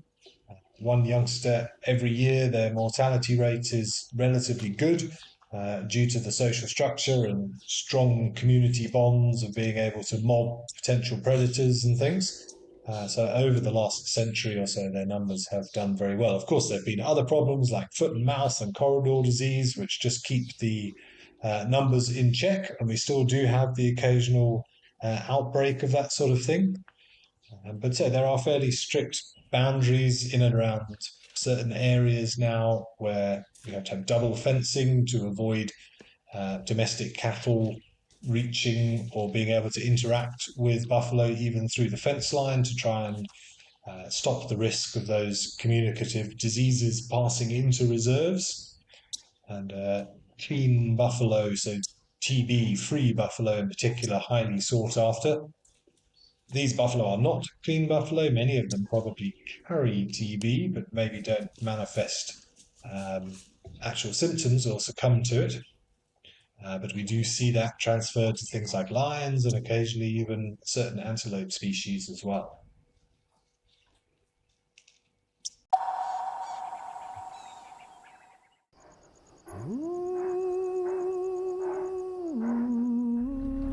Now this leopard that we're looking at is known by the name of Hlalamba.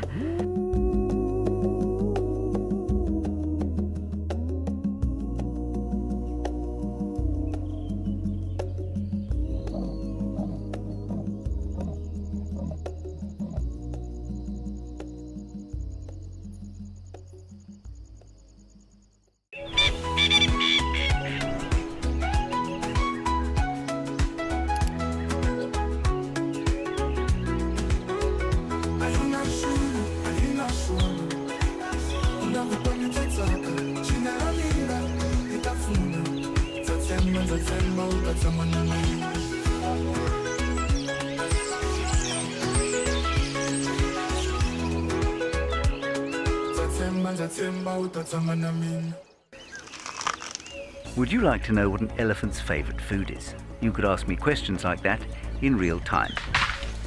Our safaris are live and interactive from the heart of Africa. The Fortunas over here. Watch Safari Live and connect with nature.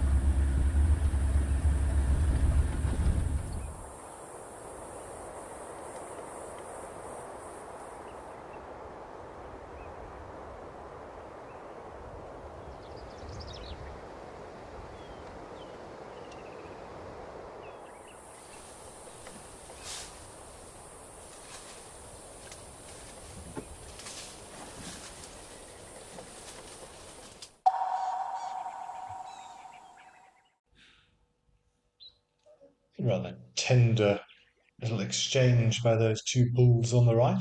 Generally seen as a fairly emotionless, violent animal, the buffalo, but you can see they're capable of tender touch as well.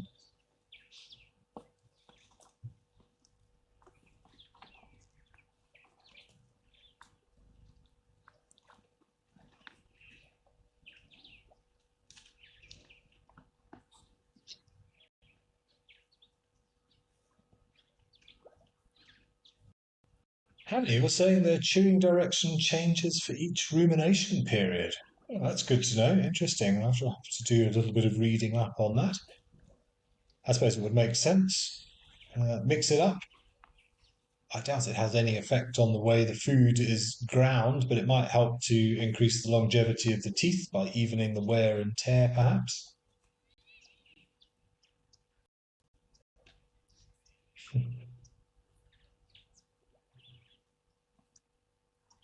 All right, let's head over to Serendella again.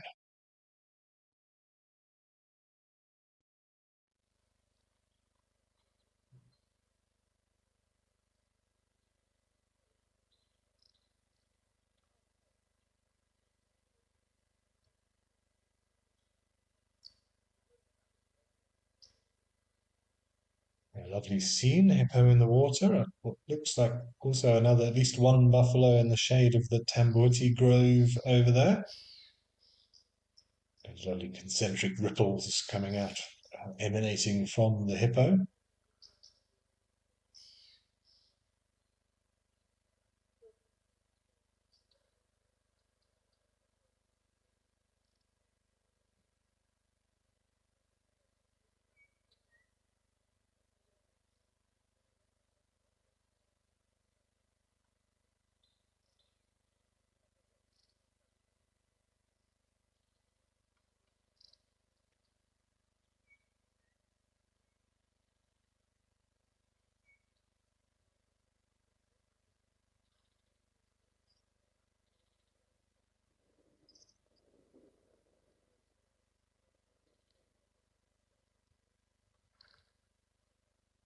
Monica, no, hippos do not necessarily leave the water to defecate. They will, of course, be on dry land after dark, coming out for feeding purposes, where they are well known for splattering their dung all over the vegetation, particularly the males. But in fact, there we go.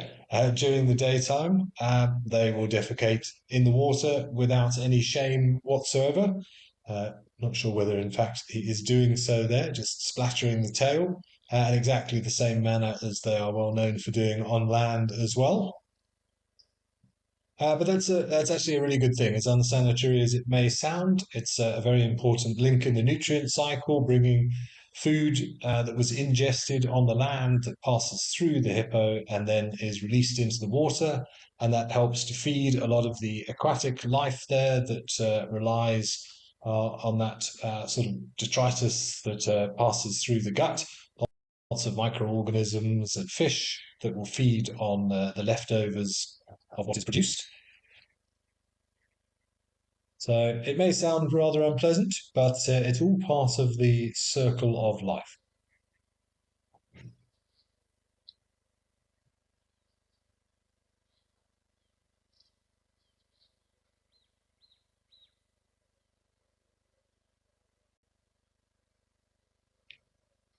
It's a little group of Duggar boys in the shade of a tree. Always something to be aware of if you're walking and come across a water pole or water hole. Always check the shadows just to see what might be lingering.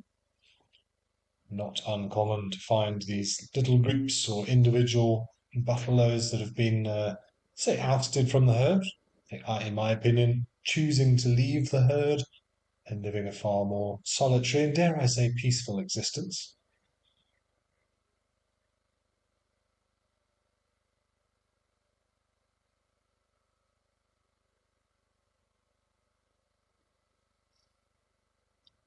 See lots of hair rubbed away around the eyes there. Itchy points underneath the horns and in front of the eyes. You often see them scratching their head against branches and stumps and trunks just to help deal with the irritation of parasites there.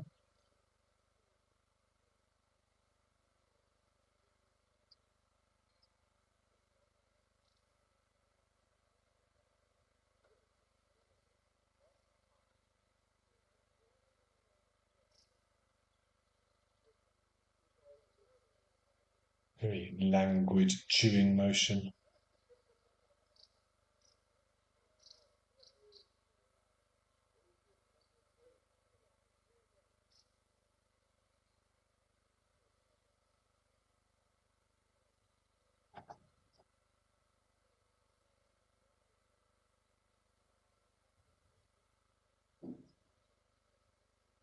So what I assume is saliva gathering at the side of the mouth there. Of course, this process creates a lot of saliva, over or as much as 200 litres of saliva a day that can be produced by buffaloes and cows and those larger ruminant animals, but so important in terms of all the things in that saliva to help break down that food.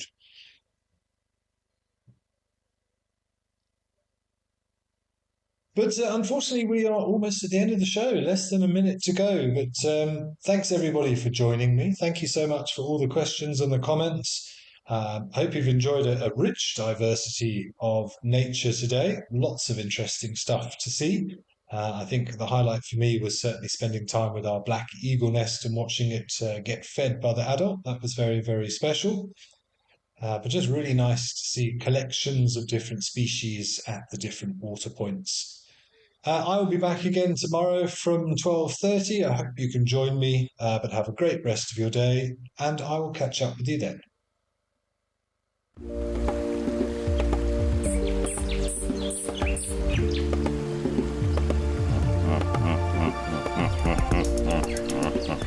Welcome to Safari Spotlight. Today we will be going on an adventure through some of South Africa's most spectacular nature havens. Our locations are diverse and unique and at the forefront of ecotourism and conservation. Amidst fantastic scenery and incredible wildlife, we'll be finding out all the interesting facts about the flora and fauna whilst bathing in the sheer beauty of Africa.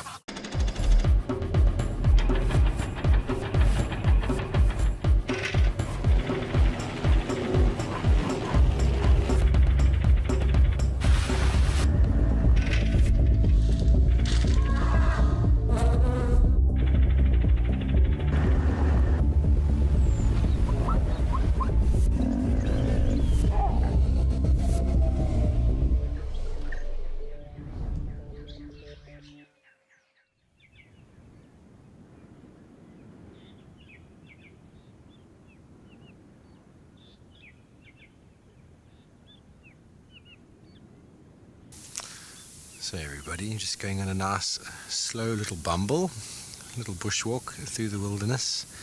And we're going to always stay together as a group, as a single file unit. We're not going to really be talking. We might stop every now and again for a point of interest to talk about something. But while we're walking, there will not be any talking. At no point is anybody going